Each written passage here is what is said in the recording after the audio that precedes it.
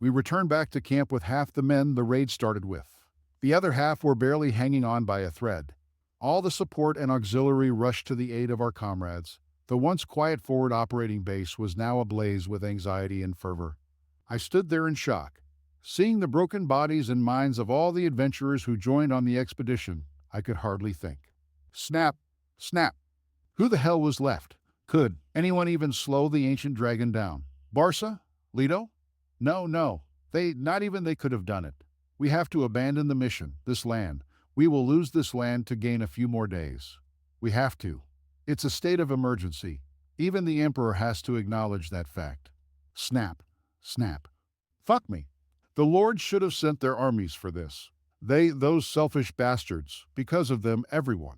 Snap, snap, snap, snap, snap. I finally acknowledged the sound of someone snapping their fingers in my face. Hey, leader, you good? When I came out of my stupor of thought, I saw a human standing right in front of me. I don't recognize him at all, especially when he was wearing some unusual orange gear. Even more ridiculous is the fact that he was wearing such thick gear in this heat. In spite of that, he wasn't sweating a droplet. Who are you? I eyed him up and down. No obvious adventuring tags, no demarcation of guild or league. Wait, where the hell was his weapon? Is it the strange object wrapped in unusual cloth that's on his back? It is secured tightly to him like a cloak. I'm Franz Helvey, he patted himself on the chest. Here to inform you that human King Alexander has sent the 2nd Peacekeeping Rapid Response Unit to provide aid. I grasped his shoulders. It felt like grabbing the side of a mountain. Aid? Just aid? My breathing got heavier. The human continued staring at me. My friend, we're going to need a lot more than just aid. There is an ancient dragon rampaging, and all we get is... Tesk. You didn't let me finish. The 2nd unit is here for aid. Actually, annihilating the dragon is my job. Anyone who was eavesdropping completely stopped what they were doing and looked on in pure astonishment.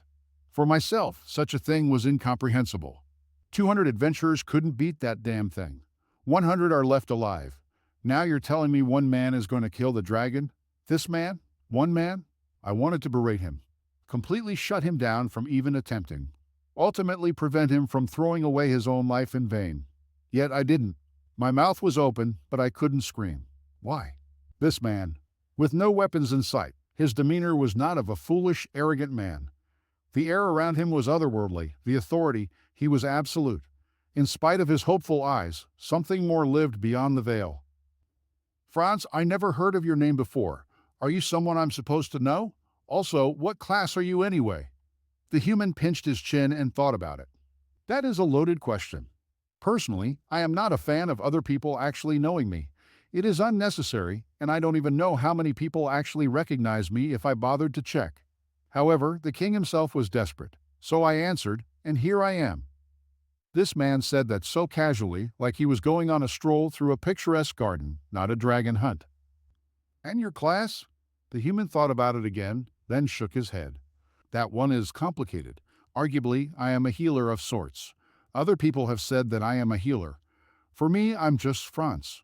Nothing more, nothing less. In what plane of existence is that a proper answer? Whether or not someone heals should not be up for interpretation. Wait. The human king sent a healer to slay a dragon. He nodded his head. Yep. I internally screamed. Okay.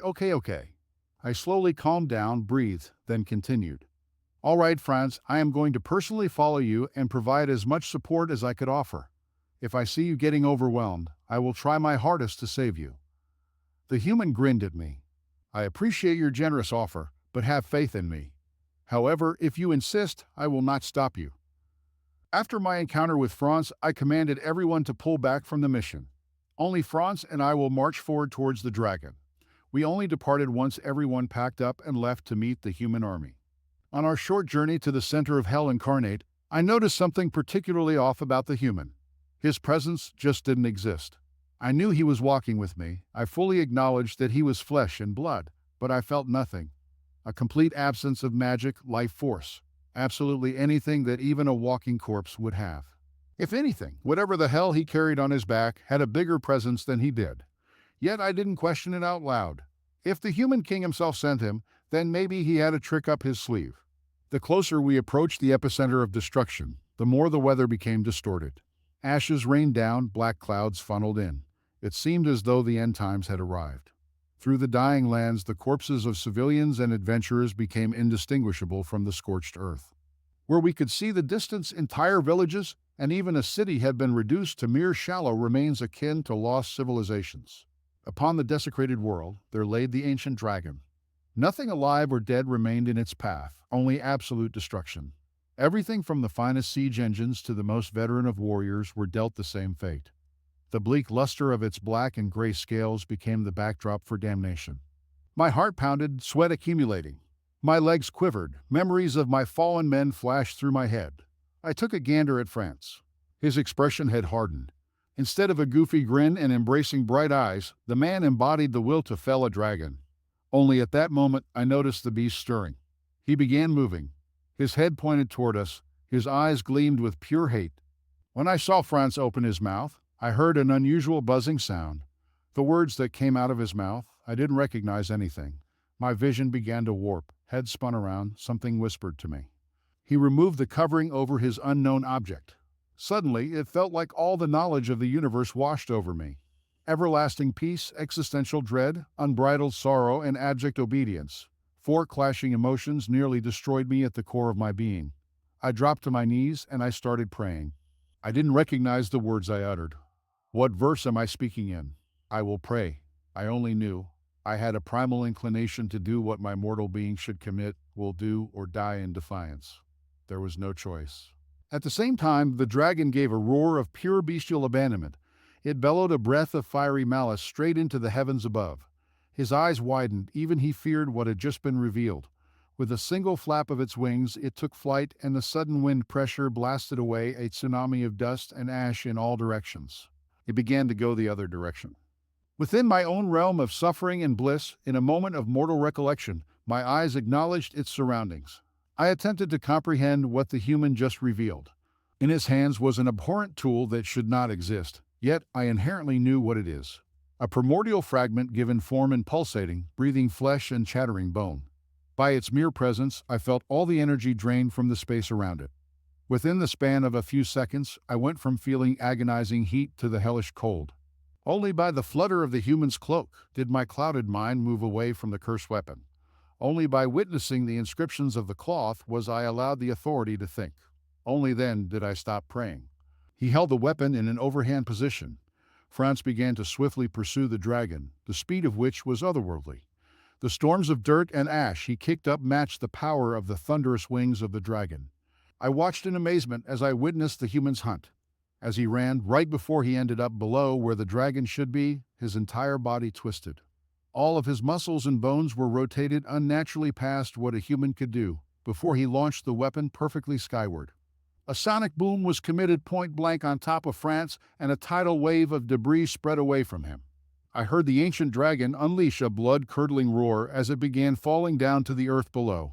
The dragon kept blowing out wave upon wave of fire. Where he got pierced, the forsaken weapon had crystallized the blood, and its flesh began to meld with the beast. No, it was devouring him.